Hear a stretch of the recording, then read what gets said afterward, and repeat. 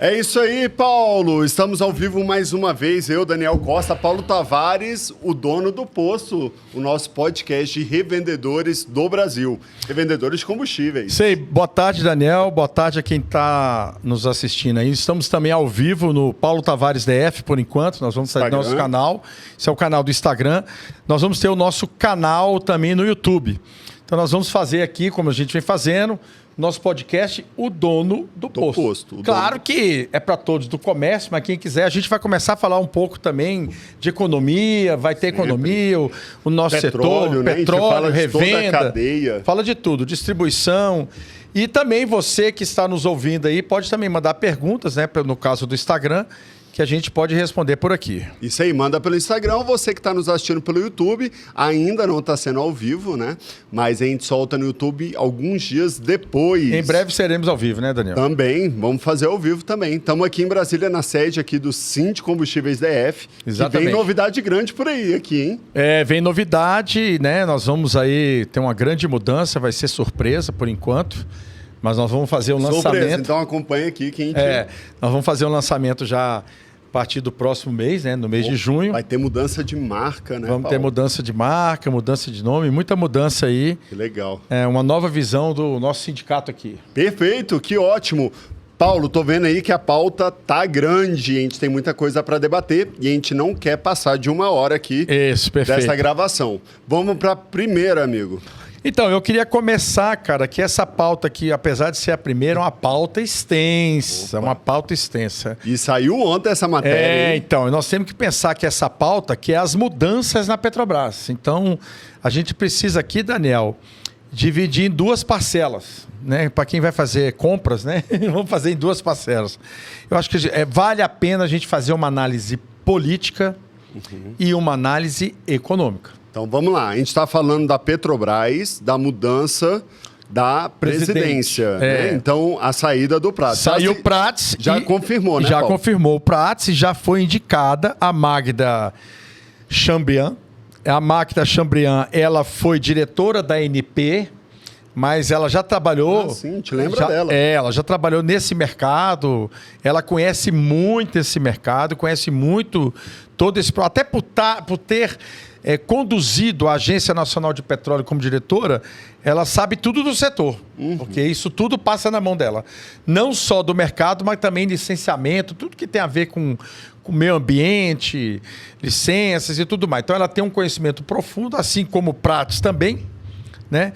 E então ela já está indicada para assumir. Nós vamos falar um pouquinho dela também no final. Mas antes de ir para ela aí, Paulo, eu quero saber por que a saída do Prats. Então, vamos lá. A gente tem que fazer um somatório de análise.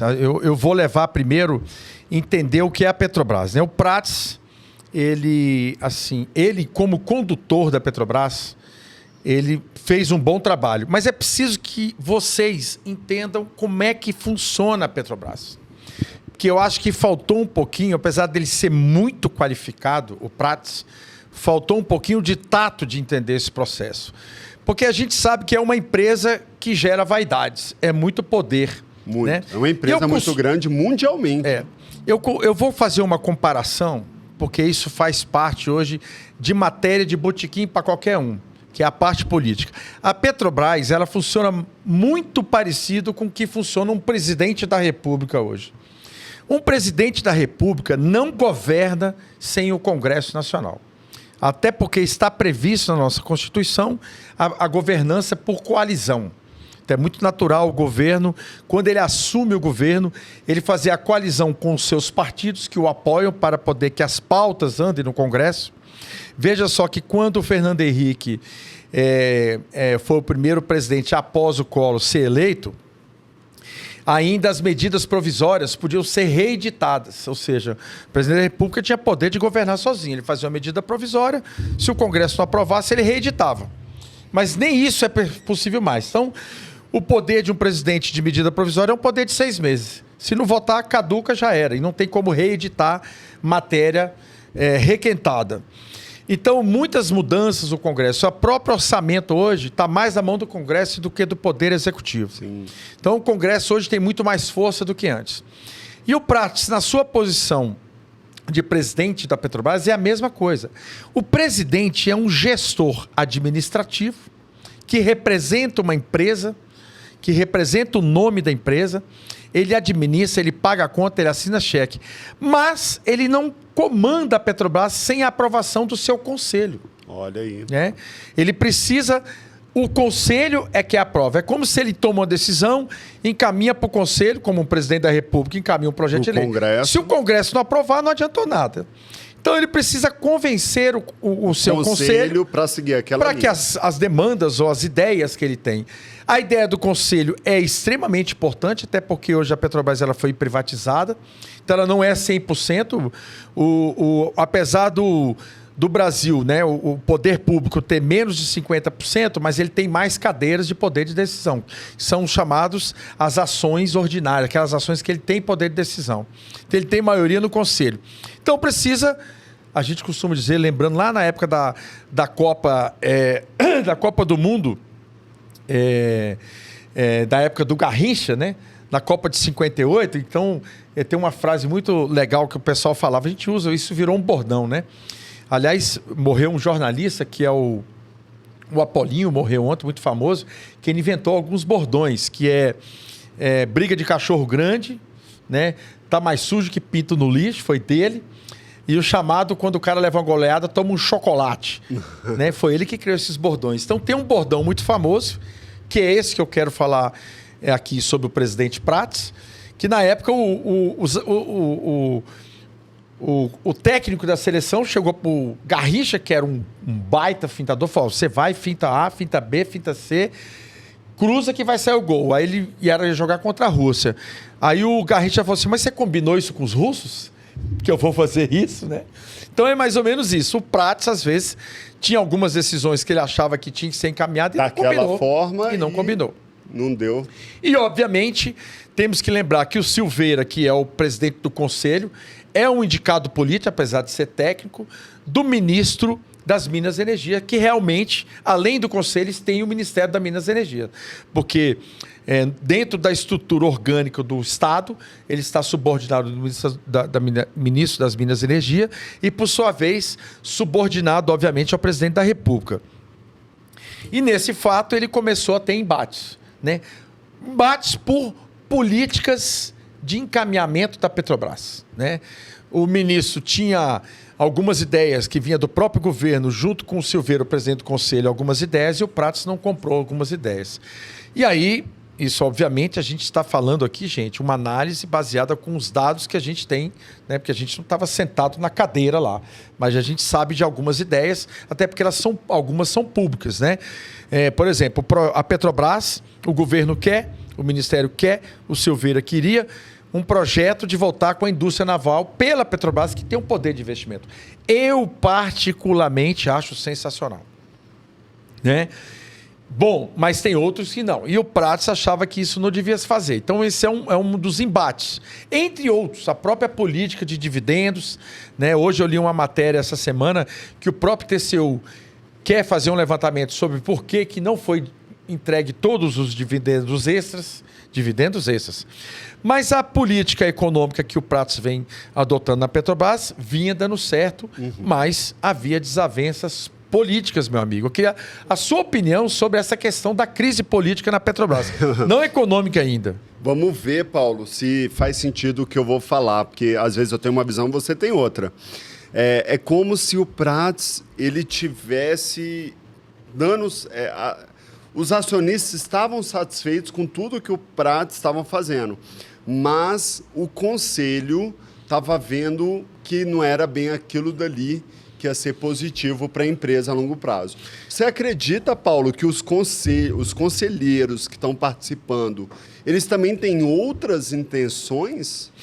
Então, são duas coisas, né? Você tem um conselho onde o governo tem maioria. Agora, é normal a minoria ter outras ideias. Né? Temos que lembrar que tem ali entre os conselheiros os acionistas. Se nós fôssemos pelas... Tem um conselheiro que representa os acionistas, não é isso?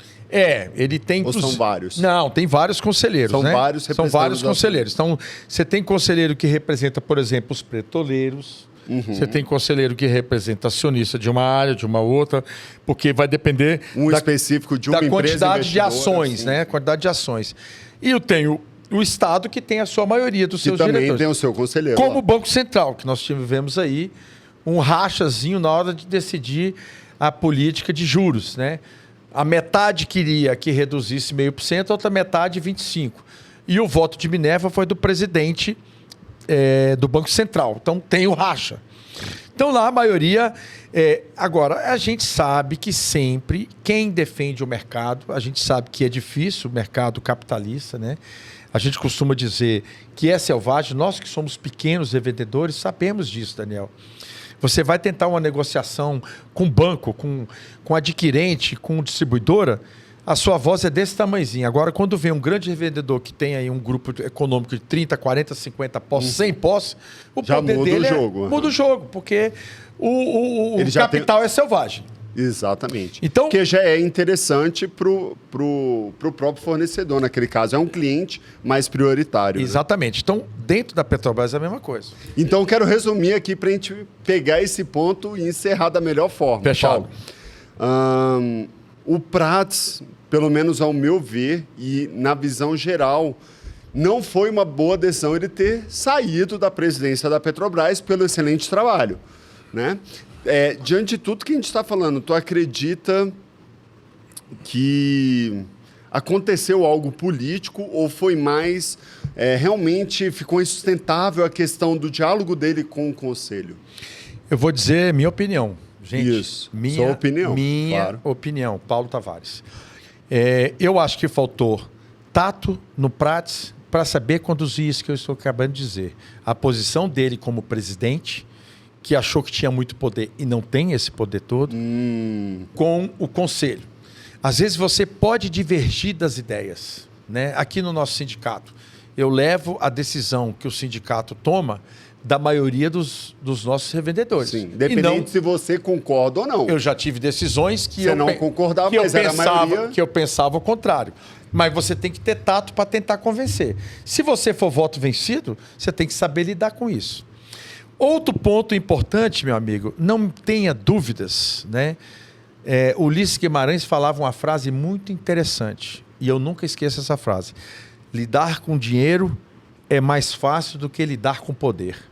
E o poder, se não souber controlar, você pode se perder. Eu não estou dizendo que é o fato. Eu acho que o Prats, na posição que ele é, inclusive por ser político, ele é um político, ele é um senador, vai voltar para o Senado, juntou o Senado, a posição dele e essa coisa do poder, que todo político tem um pouco em si, achou que poderia conduzir por ele ser o presidente, mas ele precisa convencer o conselho. E aí, meu amigo, eu acho que politicamente ele ficou, como é que se diz? Insatisfeito, né? O governo ficou insatisfeito. Em todas as áreas ele criou dificuldades com as posições dele, políticas e algumas, né? No restante, uma empresa desse porte, o trabalho vem sendo feito, né? Algumas diretrizes, investimento nas questões da energia renovável, a questão da margem equatorial, os projetos no exterior, mas juntou um pouco da vaidade com a falta de tato político com o Conselho e deu nisso, gerou as insatisfações. E eu acho, inclusive, Daniel, você vai se lembrar na época do ex-presidente Bolsonaro, que trocou 3 vezes o presidente, que a perda de valor da companhia chegou a mais de 200 bi. Agora foi 34 bi só e vai se recuperar fácil. É muito pouco perto do valor da empresa. Por quê? Porque rapidamente o presidente Lula, ao tirar o Prats, trouxe alguém do mercado, com consciência, com informações, com trato, que sabe lidar com tudo isso, que é a Magda Chambriand. Então, como ela é muito, muito talentosa no mercado, é uma pessoa que foi da Agência Nacional do Petróleo, o mercado ficou menos impaciente. Não vai trazer mais um político para lidar aqui. Então, por ele ser qualificado, um cara que conhece o mercado, trabalhou com distribuidora, faltou um pouco esse tato político aí para ele poder continuar. Não acho que a Petrobras perca, né? Ele era um cara qualificado, ele saiu atirando, inclusive, fez uma nota dizendo que a culpa era do Rui Costa e do Silveira, que é o presidente do conselho. Mas ontem eu vi uma entrevista do Rui Costa, né? Secretário de Governo aí da Presidência da República, onde ele elogiou bastante, inclusive, a condução do Prats, o que de fato é. Apesar desse trimestre, houve uma queda no lucro, aí as pessoas pensam, pô, deu prejuízo. Não, ela caiu 37%, comparação nos 2 trimestres, no lucro da Petrobras, mas por 2 fatores, né? Primeiro que houve uma queda do barril do petróleo. Sim. Então, você pode não ter afetado o preço no Brasil, mas a Petrobras estava exportando petróleo a $90, passou a exportar a 80. E outro isso fator aí afeta.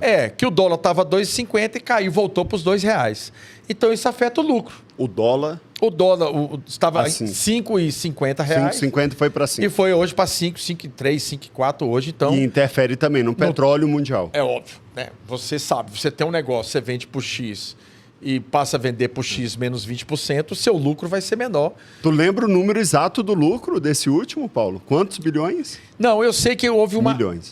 Eu não tenho esse número, mas houve uma perda de 37%. Mas ainda é um lucro... Queda de lucro em relação... De centenas de milhões de reais. Centenas de milhões de reais, a gente pode pesquisar depois. Em trimestre, né? No trimestre. É muito a Petrobras continua dando lucro. Sim. E continua gerando dividendos extras por causa do seu lucro.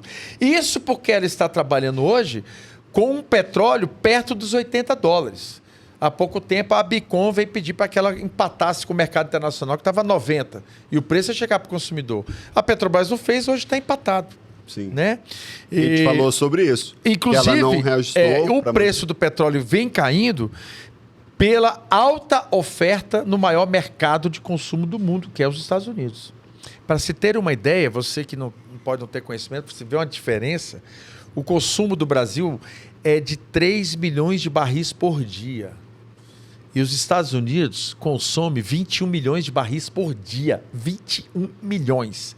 7 vezes o que o Brasil consome. Você está reclamando que aqui tem carro, né? Os Estados Unidos é 21 milhões. O consumo lá é diferente. E eles são os maiores produtores do mundo. Eles estão produzindo em torno de 14 milhões de barris. Então eles precisam importar muito petróleo. Eles precisam importar o dobro do que o Brasil produz por dia. Falando em petróleo, Paulo, eu acho que não está na tua pauta aí, mas eu vou citar, porque a gente se encontrou ontem e comentou sobre isso, né? A Rússia encontrou um novo ouro, né? Então, ontem eu vi uma piada, né, no nosso grupo dos presidentes do Brasil inteiro. Parece que quanto mais você consome petróleo, mais acha petróleo. Mais acha. Eu tenho um tio que é meu sócio em Goiânia, e ele é geólogo, e ele sempre disse que isso não vai acabar nunca, vai sempre achar. Vai sempre encontrar, né? Porque nós procuramos petróleo a vida inteira na Terra. Só que a Terra é 1/3 do planeta. Nós temos 2/3 para procurar, que é no oceano. É o mar. No oceano. E foi noticiado um encontro de 511 bilhões de barris. A maior jazida de petróleo está na Venezuela, que passa do 350 bilhões, depois a Arábia, que tem 350, ou seja, tem quase o que os dois têm. Uau. Veja que não vai faltar petróleo no mundo por muito tempo. Se eu era menino, falava que acabava no ano 2000, né? 500 bilhões de barris de petróleo. A gente está falando da maior jazida de petróleo do mundo. Saiu essa matéria essa semana. Isso, encontrada no Mar Antártico. Lá no Mar Antártico, que é domínio da Rússia, essa área. Que é domínio da Rússia, né? Então, nós estamos falando lá no topo do planeta. Uau. É muita coisa, né? Próxima pauta. Outro fator importante, só queria dar... Voltando. A Magda Chambriand, já no seu trabalho, ela vem dizendo que pretende elevar o preço do óleo brasileiro, porque ele é muito bom. O nosso óleo do pré-sal é um dos melhores do mundo, tem baixo enxofre. E parece que o ministro da Economia já entrou em rota dizendo que não, né? Porque por ser de excelente qualidade. O que eu acho que deve fazer, né? Que se leve para exportar, mas não dentro do país. Eu acho que dentro do país não se deve, né? A empresa é brasileira para isso, inclusive, né? É minha opinião pessoal, já falei várias vezes aqui. Eu sou contra o PPI e vou explicar no próxima pauta por que eu sou contra o PPI. Isso aí. E você está falando aí da Magda Chambriand, eu lembro dela, na época ela era diretora da ANP, ela tinha um excelente relacionamento com a Fê Combustíveis, ela sempre estava disposta, né, disponível. Falar nisso, nós vamos estar dia 24 no Rio de Janeiro, na sede da Federação, uma reunião com o novo diretor da ANP de fiscalização, porque está tendo uma demanda muito grande de uma série de problemas, né, de vários problemas. A forma como... Então, a gente tem aí, nós agradecemos ao novo diretor da ANP de fiscalização. Vamos estar lá, né, com os presidentes que puderem ir, que a gente sabe das dificuldades hoje, principalmente do Cal do Sul, mas estaremos lá para conversar. Ele vai nos ouvir as pautas. Sempre demandas, né, Paulo? Sempre Mas a ANP também sempre escutou a gente, sempre é verdade, algum Daniel. Caminho aí para ter a solução. Nosso mercado, ele é de um bom diálogo, né? Até achar a solução. E quando não se resolve, a gente continua até achar o caminho. Esse que é o ponto. Mas só para finalizar a questão da Petrobras, Daniel, vou mais uma vez falar a minha opinião. Na minha opinião, não vai mudar nada. Eu acho que essa queda de 30 e poucos bilhões que aconteceu agora há poucos dias vai subir rapidamente no mercado. Isso é normal. Eu acho que até isso daí, inclusive, sempre acontece, né?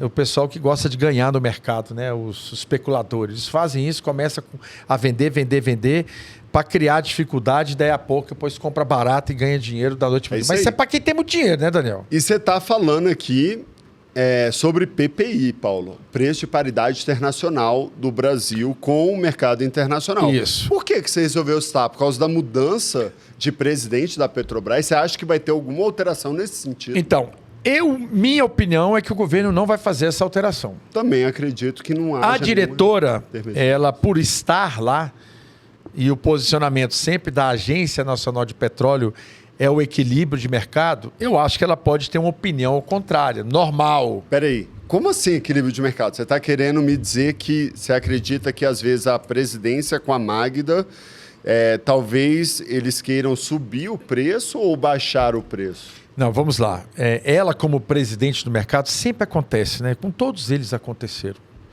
Eu me lembro que até o presidente da República chegou a colocar um general, lembra? Como presidente da Petrobras. Ele senta naquela cadeira ali. E define. Aí, daí a pouco, já vem o cara perturbar que tem que ter paridade. Não tem que ter paridade, meu amigo. Não tem que ter paridade. Né? Certo. A paridade, ela precisa ter nas contas do negócio. Se o negócio está dando lucro, tá tudo bem. Mas vamos falar sobre a visão da Magda, a nova presidente. Você acredita que ela não concorde com o PPI, com preço de paridade, mas a intenção dela é baixar para o mercado? Não. Que seria bom para o governo. Mas eu não acho que a intenção dela é essa, não. O que eu estou dizendo é o seguinte, geralmente quem está ali na Agência Nacional de Petróleo, eles sempre querem que o mercado flua dentro das condições de mercado. Naturais dela, de concorrencial. Então, se o mercado, por exemplo, a Bicom vem, faz uma pressão, a gente sabe disso, a ANP já fez esse tipo de interferência. Se a Bicom vem e diz que a Petrobras está com preço, com uma concorrência desleal com o mercado internacional, a ANP tinha uma posição que estava. E realmente estava. Porque o preço da Petrobras era menor. Então, para dar equilíbrio de concorrência, deveria ter equilíbrio de preço. Então, ela, quando estava naquela cadeira, pensava assim, óbvio, que a ANP é para isso. Né? A Bicom entra com o processo na Agência Nacional de Petróleo, como já aconteceu, no CAD e tudo mais, pedindo equilíbrio de preço, porque o mercado lá fora está mais caro. Só que PPI... Que quebra o negócio deles. Né? Só que PPI não é mercado. Isso é política de preço de PPI, não é uma polícia, é política de cartel. Como a gente acabou de falar. Acabou de descobrir mais uma jazida de 511 bilhões. E não vai afetar nada. Vai faltar? Não vai faltar produto. Vai faltar produto quando você tem crise. E não tem crise nesse mercado. Não há uma crise. Hoje nunca existiu, né? Existem definições de preço por algum motivo. Eu acho que teve uma grande crise na década de 70 para 80, né? Mas aí não tinha toda aquela produção, não tinha tecnologia toda avançada. Exatamente. Hoje já é outra Hoje regra. Não existe crise. Hoje, se você quiser tirar mais petróleo, tu tira. Se você vê que não vale a pena... O Brasil só não tira mais porque não botou mais equipamento. Exatamente. Se botar equipamento... E se ele vê que tem a necessidade de consumo, ele vai botar. A minha opinião é que aquela margem equatorial vai ter o triplo do que tem já descoberto no pré-sal. Então, eu conversei com algumas pessoas do ramo, o próprio meu tio, ele acha que ali vai ter o triplo ou mais. E olha que o pré-sal não foi todo descoberto. com essas pessoas que eu conversei, eles avaliam que ali tem perto de 200 bilhões, que não foi descoberto. E tem muita coisa descoberta que ainda não se extrai também. Exatamente. Ainda tem isso também. Que ainda vai para leilão. É isso. Né? Bora para a próxima pauta. A próxima pauta, até para explicar por que o PPI não é correto. A Raízen teve um prejuízo no seu negócio de etanol. Eita! No último trimestre. Veja que ela vinha de um lucro de 2,5 bi no ano passado para um prejuízo no primeiro trimestre de 178 milhões. Mas por que isso, Daniel? A gente tem que lembrar que o etanol bateu a casa dos R$ 4,80 nas usinas. E hoje o etanol está R$ 2,36. Estava menos do que isso.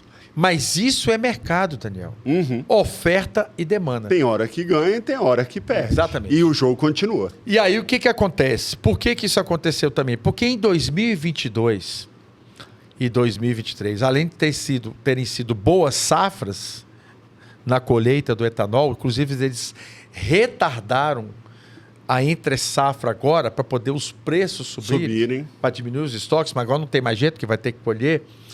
Mas o mercado sobrou muito etanol, porque em 2022, por uma decisão do governo Bolsonaro, que retirou os impostos federais e reduziu drasticamente os impostos estaduais. Então o preço da gasolina ficou muito competitivo. Sim. E aí todo mundo migrou para a gasolina, inclusive estados de Goiás e São Paulo, que tinha em torno de 70% de consumo de etanol. E esse ano mudou, né, Paulo? E aí, quando você começa a ter a diferença, volta o consumo do etanol. Então, eu queria citar isso para usar a comparação com o PPI. Né? O mercado de etanol é um mercado normal. Tem oferta, sobrou produto, o preço cai. Faltou, mais ou menos o que estão fazendo agora. Talvez importar arroz, porque pode faltar arroz por causa, apesar de ter colhido 90% da safra no Rio Grande do Sul, mas ainda faltou 10%. Eu vi várias imagens produzidas, a gente vê aí o tempo inteiro, de algumas colheitas que não tinham sido feitas no Rio Grande do Sul, estão totalmente destruídas. Uhum. Né? Então o governo se precaviu, que é em torno de 1 milhão de sacas, e importou. Mas o Rio Grande do Sul ainda tem estoque de arroz também, ainda tem estoques anteriores. Então, quando o governo faz esse movimento no xadrez, ele dá um sinal para que não haja especulação. Não é que ia faltar arroz, é que poderia haver especulação. Mais ou menos o que está acontecendo com o etanol esses últimos dias. Né? Desde o início do ano subiu, nós estávamos em torno de quase R$2, já disparou para R$2,50, R$2,60, porque houve a especulação. Por exemplo, os usineiros decidiram aumentar o período de entre-safra para poder baixar os estoques. Uhum. Né? Por quê? Porque a gasolina, entre outros fatores, numa decisão do ano passado, nós já falamos aqui no podcast, houve um reajuste no ICMS. Então, o ICMS fez uma elevação de 20 centavos na gasolina. E 20 centavos é muita coisa. Né? Então, no preço de venda. Então, isso faz com que você mude a diferença de preço entre a gasolina e o etanol com 20 centavos. Você pode baixar de 70% e ser mais competitivo, como está agora. E aí aumentou o consumo e, obviamente, com isso, você aumentou o preço. Você começa a ter muita demanda por etanol e pouca oferta. Isso faz haver essa mudança de perspectiva. Outro fator importante, Daniel, é que a Raízen alegou muita renovação de contrato. Gastou muito dinheiro com renovação de contrato. E esses recursos que são investidos em renovação de contrato, que você sabe muito bem, para quem não conhece, meus amigos, um posto bandeira branca decide botar uma marca, ele recebe um recurso adiantado para usar a marca daquela companhia. É como se ele antecipasse um futuro recebível, né? Exatamente. E apostando que ele vai vender mais por causa da marca. Existem alguns estudos, não sei se isso vale tanto hoje, né? Porque eu vi uma pesquisa da própria Vibra, feita em 2022, que o consumidor hoje, 83% do consumidor procura posto pelo preço. Uhum. O que fez desvalorizar as marcas, né? Que antes era localização. Antes era localização primeiro. E marca ajudava. marca estava entre os 5 então, primeiros. Tinha estudos que quando você embandeirava seu posto, apesar de você comprar mais caro, você aumentava o seu volume entre 15% a 20% de volume e compensava, entendeu? Apesar de ter um preço maior, mas você tinha um produto de mais qualidade, tem um marketing de venda muito maior, que hoje não é tão grande, até porque as mídias sociais mudaram muito o modelo de marketing de tudo. Mudou. Inclusive das grandes distribuidoras. É isso aí. Mudou Enquanto bastante. isso, carro elétrico entrando no mercado, amigo. E ainda mais um concorrente. Tem o carro elétrico, o carro híbrido, né? O projeto do governo federal em cima do combustível do futuro. Sim. Né? Então, ainda com incentivos de não pagar IPVA, isenções, então o cara fica 3 anos com o carro sem pagar IPVA, ele vai ficar 3 anos com um carro que não vai consumir etanol, nem gasolina e tudo mais. É isso aí. Outro fator, por último, para citar, é que elas, aí interessa a você, revendedor, deixaram de ter maior lucro em cima dos créditos tributários. Por quê? Essa era uma pauta que interessava muito o governo federal. Eu acho que a maioria dos revendedores hoje sabem que nós temos... Desculpa aí. Tem água aí. Nós temos créditos tributários devido a algumas decisões. Dentre elas, o mais famoso é a bitributação do PIS/COFINS. O que significa isso, revendedor? O valor do PIS/COFINS, que é o imposto, e também do próprio ICMS, ele é calculado em cima do preço de bomba. Mas o preço de venda tem imposto. Então você está calculando um imposto em cima de um produto que já está tributado. Já foi tributado. E com outro tributo que é o ICMS. É a chamada bitributação da substituição tributária. Então alguns fatores importantes mudaram. Primeiro, que na última decisão, não só do STF, mas também referendada no STJ, que referendou algumas outras decisões atualmente, entre outras no próprio STF, o crédito tributário pode ser compensado e outros não pode nem ir para o passado, só quem tinha ações judiciais. Então isso muda de patamar. Né? Então o governo que poderia ter uma dívida bilionária mudou para uma dívida pouco mais de milhares de milhões. Né? Então ficou muito menor e era um crédito tributário que podia estar na conta contábil. Né? Eu me lembro, Daniel... E só quem entrou com a ação na justiça, a gente está falando de 2017, 2018, que vai ter o direito agora de pegar esse... Eu lembro muito bem que nessa época nós aqui fizemos exatamente assim, ganhamos uma ação. Quando o STF, 2 anos depois, modulou os efeitos, a Vibra, antiga BR, publicou no seu balanço um crédito de 4 bilhões. E é ela que ia receber, não os revendedores. E o STJ decidiu que é o revendedor final que tem, porque ele não é tributado. Não, ele é tributado. Na Constituição Brasileira, no artigo 175, todos nós somos recolhedores dos impostos sociais. O problema é que, no caso de posto de combustível, vendedores de cigarros, de bebidas e de carros, por exemplo, somos os substitutos tributários. Então, o imposto que nós íamos recolher é recolhido lá na fonte, na refinaria. Hoje é possível na refinaria monofásico, porque o imposto ICMS ficou um valor fixo, mas antes era recolhido na distribuidora. Agora é direto na refinaria, por isso se chama de monofasia. Então, esses créditos deixaram de ir para as distribuidoras, passou a ir para o revendedor. E o revendedor, que não tem ação judicial, só vai conseguir recolher esse crédito através de ações, quem tem, os 5 anos da data da ação, ou só daqui para frente. Então, você, revendedor, não sei se já sabe, falar com o seu contador, mensalmente já você pode averiguar esse crédito tributário que você tem e abater das suas dívidas tributárias com a União, como o INSS e o IRPJ, por exemplo. É isso aí, opa, importante. Isso é uma novela, Paulo. É uma novela. Isso é uma novela antiga, que cada ano sai um capítulo novo e agora está definindo os pormenores lá de trás, né? Beleza. Eu acho que o dono de posto, até entrando nesse assunto aí, o dono de posto, eu acho que mais visita do que advogado tributário que ele tem feito nos últimos anos não teve. Né? Meu amigo, advogado tributário aqui no sindicato, entendeu? Parece vendedor ambulante. Parece. É uma filha, e todo dia... E teorias novas, né? Não é uma coisa... É esse assunto sobre isso e isso. Não, mas sabe o que é qualquer pior, Daniel? Ele conta uma história do mesmo assunto. E às vezes o cara chega aqui, não que nós temos isso, que fizemos assim, que nosso escritório tem um potencial, tem uma estrutura. Aí eu já falo logo, falo assim, ó, eu ouço todos, tá? Sou muito democrático. Mas toda vez que eu vou conversar com um advogado, eu tive na semana passada, um cara da Bahia. Eu falei, ó, eu faço a reunião se ele deixar eu fazer a abertura. Aí ele, beleza. Eu falei, deixa eu te falar. Já conheço isso, já fizemos isso, sei o quê. Já conheço essa tese, assim, assado. Os escritórios que nós conhecemos são esses. Ah, esse é o maior do Brasil. Pois é, então não precisa vender o peixe. Se você quiser fazer a discussão, é o seguinte. Qual é o percentual que nós você cobre? Nós oferecemos a mesma coisa e vamos cobrir o percentual. Não, eu vou ficar ouvindo. Senão fica horas, né? O cara fica vendendo o negócio dele. Então é isso. Então temos aqui, parece vendedor ambulante, né? Lembra quando eu era menino? Menino mesmo. Eu vou fazer 60 anos, mas quando eu era menino de 8, 9, 10 anos, tinha um vendedor de Avon, um vendedor de livro, era todo dia batia na porta, né? Então aqui mesmo parece essa época, eu costumo dizer.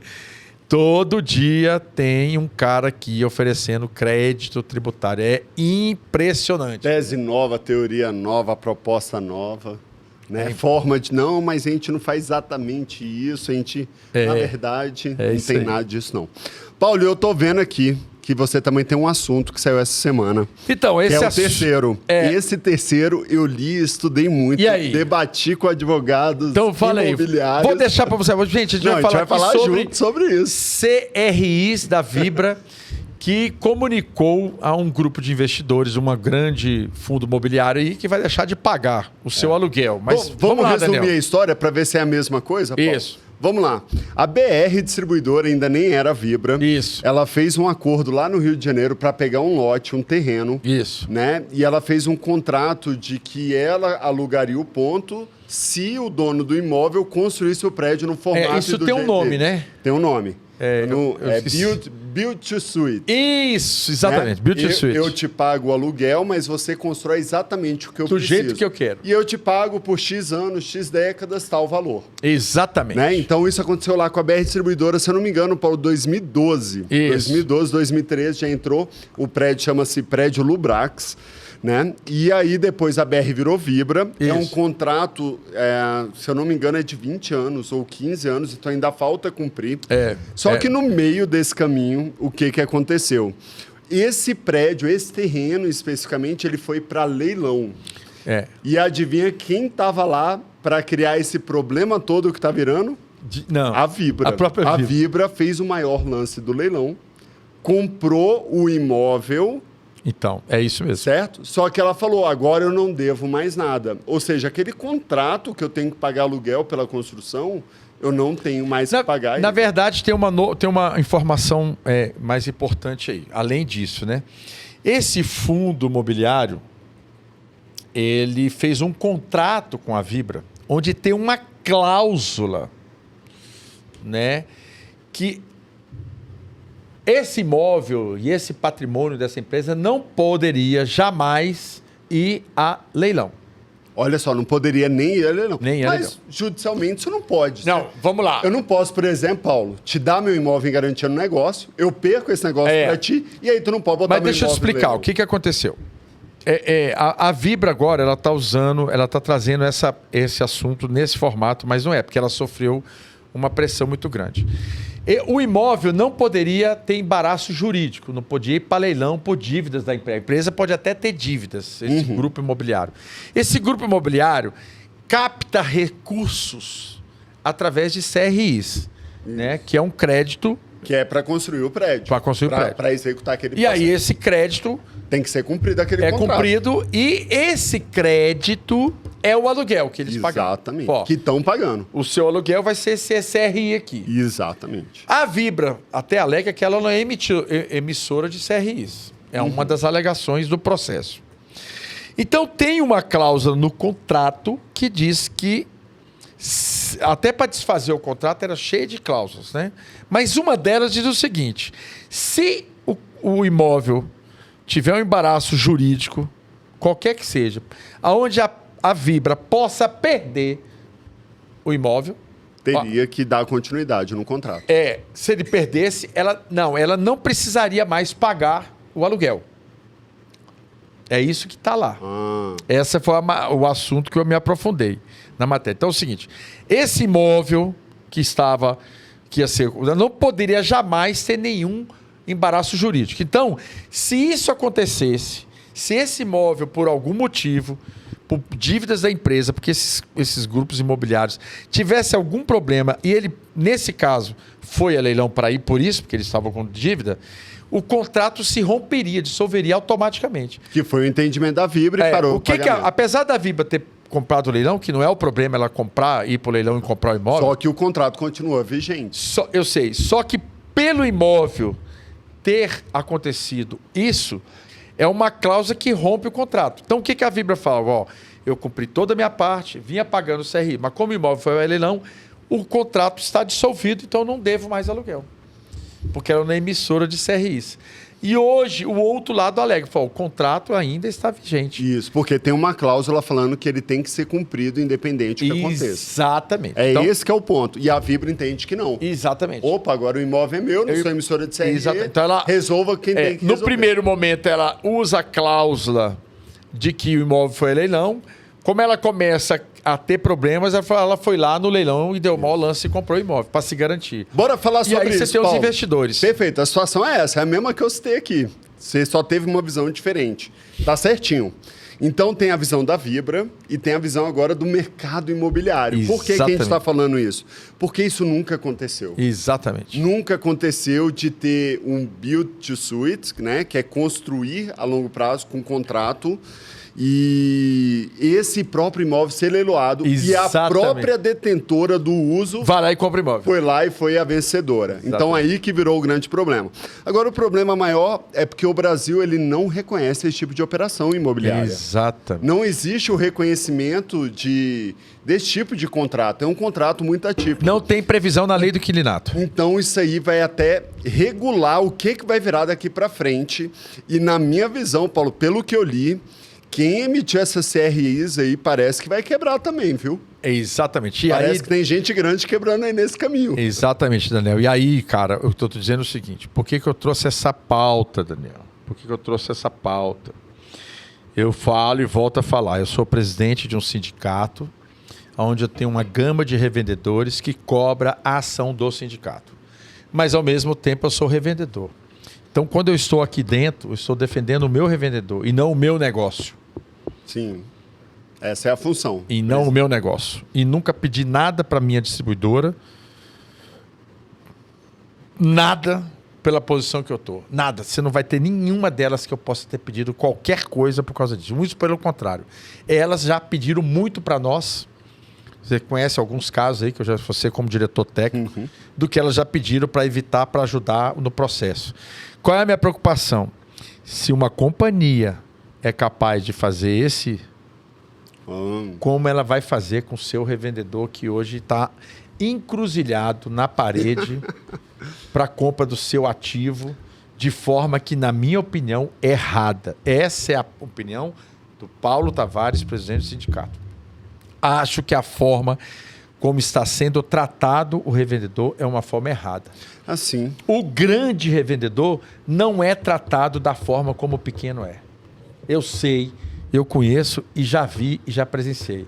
Essa é a minha preocupação. O que você está falando, Paulo, é que a Vibra está mostrando caráter diante dessa situação. Essa é a minha opinião. Então, e se ela faz isso com um contrato de longo prazo, mesmo ela tendo muito lucro, tu imagina com os pequenos, né, que são clientes que ela é fornecedor. É isso que eu estou querendo trazer para a pauta, a essa nossa preocupação. Paulo, eu tenho uma pergunta muito importante. Eu acho que você não refletiu sobre isso, mas eu vou trazer ela aqui e eu queria ouvir tua opinião sobre isso.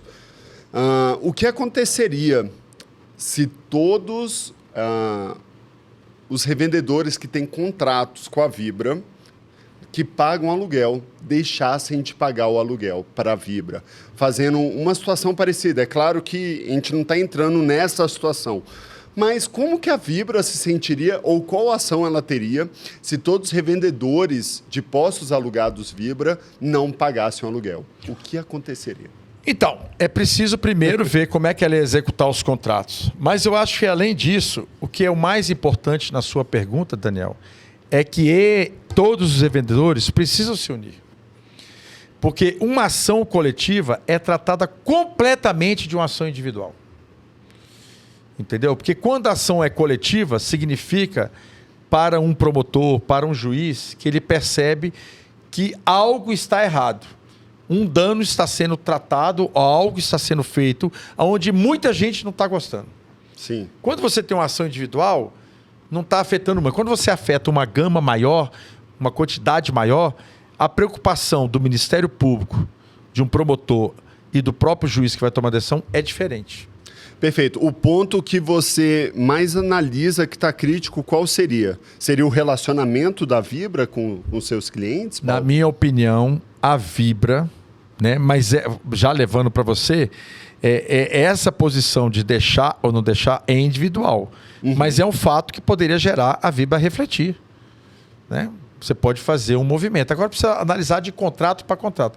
Porque hoje a Vibra... Não, mas isso aí sempre foi uma desculpa da distribuidora, desde a BR Distribuidora. Vamos largar isso de lado e vamos falar sobre o problema da revenda com a distribuição. Nesse caso específico, a Vibra. Né? A gente tem percebido, vou citar alguns casos que eu percebo, tá, Paulo? Nos últimos 3 anos, desde quando ela se privatizou, menos diálogo. Menos diálogo. Não vejo interesse dela em valorizar os próprios imóveis, não vejo interesse dela em dar manutenção nos próprios equipamentos que são delas. Ela tem obrigação por força de contrato e já cancelou todos os contratos que davam manutenção. Margem aumentou, a margem deles aumentou. Deixa eu falar um pouquinho sobre isso. Gente, estou falando aqui para vocês. Dados, fatos e dados não se discute. Dados da Agência Nacional de Petróleo. A margem das grandes, desde que a Vibra distribuidor, eu disse isso numa reunião aqui, Daniel. Sim, mas isso é visível. O dia que a Vibra for privatizada, vai subir. O mercado vai subir, porque a Vibra, por estar na mão do Estado, querendo ou não, ela regulava o mercado. Porque ela não corria atrás das outras, então ela mantinha... Ela não precisava comprovar lucros exorbitantes. Então, né? Se ela empatasse, estava bom. Mas sempre deu lucro. E agora ficou todos privados. O dobro. Aonde está menos, o problema é que tem dobro. pouco concorrente também, né, Paulo? Porque São se tivesse 50 distribuidoras, o jogo era igual ao nosso. Você tem um problema maior aí. Um problema maior, que é o seguinte. São 3 grandes. As 3 grandes têm a metade dos postos. Pouco menos da metade. Só que elas vendem 70% do volume do Brasil. E mais, quando nós tivemos agora há pouco tempo a crise de faltar diesel, algumas coisas, as grandes não atenderam. Na época, não estou dizendo que está correto, porque a Dilma fez errado, que ela manteve o preço muito baixo e faltou produto, a Petrobras foi lá, importou e pegou a Vibra e mandou entregar, a antiga BR. Então não faltou produto. Porque a distribuidora tinha uma política de não faltar, desabastecer o mercado. Então, essa é que é a verdade. É isso aí. Muito bom, Paulo. Isso a gente também já debatemos em vários podcasts aqui do Dono do Posto, né? E a gente tem muito mais para debater. Então, gente, a gente fica por isso hoje, né? Nesse capítulo. Já temos aí quase uma hora. Metade do tempo foi com a Petrobras, né, meu amigo? Foi, mas isso que é bom, ter sempre assunto, né? Como você sabe, Revendedor, a gente está aqui quase toda semana. Na verdade, a gente tenta fazer toda semana, uma ou outra a gente não consegue, mas sempre ao vivo aqui no YouTube pelo O Dono do Posto. Eu, Daniel Costa e Paulo Tavares. Hoje eu estava aqui pelo Instagram ao vivo. Também, eu vou tentar fazer sempre pelo Instagram ao vivo, não é isso, Daniel? Se você tiver algum questionamento, manda aqui embaixo, acessa lá no YouTube O Dono do Posto. Pode fazer sua pergunta, que a gente vai tratar ela aqui. Um grande abraço, boa semana e até a próxima. Galera, obrigado mais uma vez. Acompanha a gente aí até mais, O Dono do Posto e Paulo Tavares DF. Um abraço a todos.